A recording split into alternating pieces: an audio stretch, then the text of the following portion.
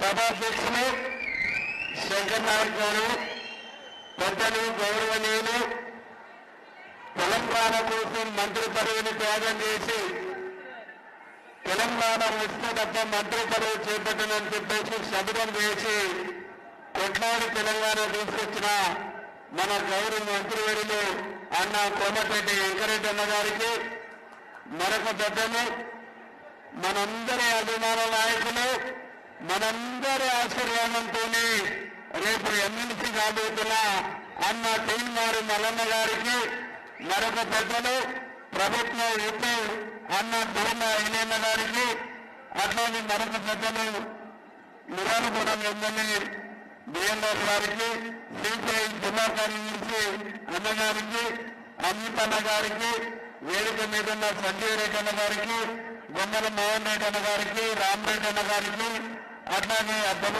రమేష్ గారికి, వేదిక మీద ఉన్న మా మున్సిపల్ చైర్మన్ చిన్నవెంకరెడ్డి గారికి, అట్లాగే గంగాధర్ గారికి, ఇక్కడికి హాజరైనటువంటి పాత్రికేయులందరికీ, జిల్లా నలుమూల నుంచి వచ్చినటువంటి మల్లన్న అభిమానులందరికీ పేరు పేరున చిరటువంటి నమస్కారాలు తెలియజేస్తూ, ఈరోజు ఖమ్మం, వరంగల్, నల్గొండ జిల్లా పట్టభద్రుల నియోజకవర్గం నుంచి ఒక ప్రశ్నించే గొంతుగా ఈరోజు శాసనసభకు అవసరం ఉంది.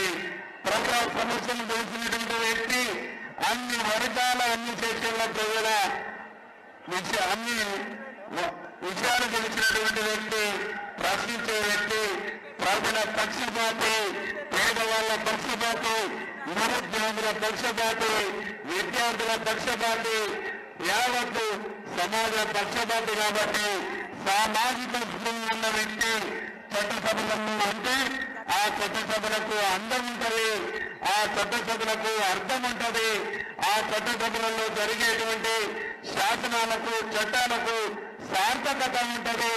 ఆ సార్థకత మల్లన్నతోనే సాధ్యం, మల్లన్న ద్వారానే సాధ్యమైతే మల్లన్నే దానికి సిద్ధాస్పదం చెప్పేసి నేను నమ్ముతున్నాను, విశ్వసిస్తున్నాను. ఎందుకంటే జర్నలిజం ఫీల్డ్లో నేను నాకు తెలిసిన కంటే చూస్తా ఉన్నాను.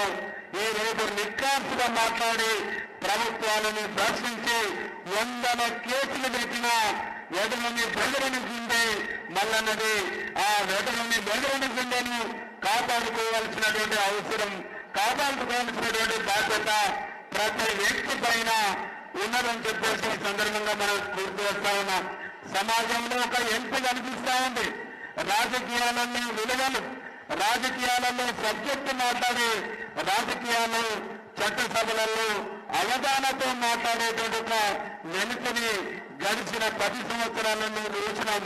ఇప్పుడు తెలంగాణలో కాంగ్రెస్ పార్టీ అధికారంలోకి వచ్చి గౌరవ పెద్దలు రేవంత్ అన్న ముఖ్యమంత్రి అయిన తర్వాత ఇక్కడ మన పెద్దలు కోమటిరెడ్డి వెంకరెడ్డి అన్న గారు మంత్రి అయిన తర్వాత ఒక ప్రశ్నించే గొంతుకలకు, ఒక శక్తి ఉన్నటువంటి గొంతుకలకు ఒక సమ్ముఖమైనటువంటి స్థానం దొరుకుతుంది. కాబట్టి మీ అందరికీ నేను పేరు పేరున విజ్ఞప్తి చేస్తున్నా.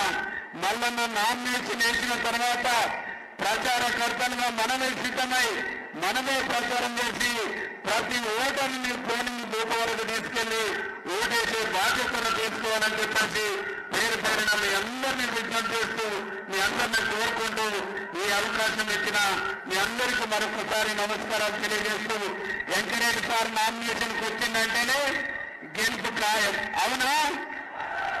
అవునా? వెంకరెడ్డి సార్ నామినేషన్ దాఖలు చేసిందంటేనే మల్లన్న భారీ మెజార్టీతో గెలుస్తాడు. ఆ రోజు నన్ను కూడా నిగరకన్నా తీసుకుపోయి తప్పండు, మీరు భారీ మెజార్టీతో గెలిపించండి, 68,000 మెజార్టీ నాకు ఇచ్చిండ్రు. ఈ రోజు తీన్మారు మల్లన్న నామినేషన్ వేసిన తర్వాత మెజార్టీ అంటే మన వెంకరెడ్డి సార్ డిసైడ్ చేస్తాడు. ఆ మెజార్టీ ఇచ్చేటువంటి బాధ్యత మనందరిదని చెప్పేసి తెలియజేస్తూ, మీ అందరికీ మరొకసారి నమస్కారం తెలియజేస్తూ, మల్లన్న గారికి నాయకత్వం. థ్యాంక్ యూ అన్నా. ఆ చైర్లు లేవా? ఆడా లేవా? చైర్లు లేవా? కొద్దిగా ఎంపిక కన్నా నిలబడితే వీళ్ళన్నా చూస్తారు కదా. ఆ చైర్లు లేవా? మొత్తం చైర్లు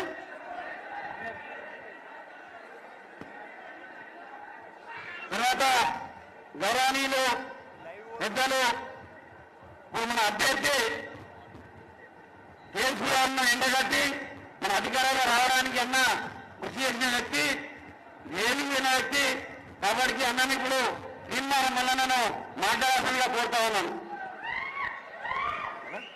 అయిపోయిందా?